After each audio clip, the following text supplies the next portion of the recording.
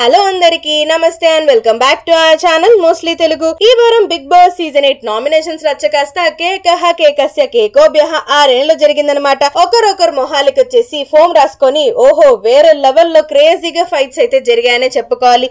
ఇకపోతే ఈ విధంగా క్రేజీ నామినేషన్స్ లో భాగంగా ఈ వారం నామినేషన్స్ లో ప్రేరణ, నబీల్, ఆదిత్య, సోనియా, పృథ్వీ, మణికంఠలున్నారు. యాక్చువల్లీ ఈ వారం నైనిక కూడా ఉండాల్సింది. మరి నిఖిల్ వచ్చేసి నైనికని సేవ్ చేశాడు. సో ఇక వీళ్ళ ఓటింగ్ ఆర్డర్ ఎలా ఉందో చూసేద్దాం వచ్చేయండి.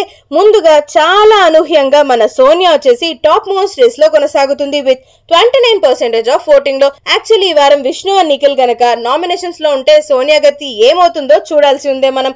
ఇకపోతే ఆ తర్వాత 21% ఆఫ్ ఓటింగ్ లో మన ప్రేరణ అయితే కొనసాగుతుంది. ప్రస్తుతానికి వీళ్ళిద్దరి మధ్యలో వార్ అయితే నడుస్తుంది కాబట్టి మీరు ఎవరిని సపోర్ట్ చేయాలనుకున్నారు కామెంట్ బాక్స్ లో చెప్పేయండి. ఇక ఇదిలా ఉండగా ఆ తర్వాత 19% ఆఫ్ ఓటింగ్ లో మన నబీల్ అయితే కొనసాగుతూ ఉన్నాడనమాట.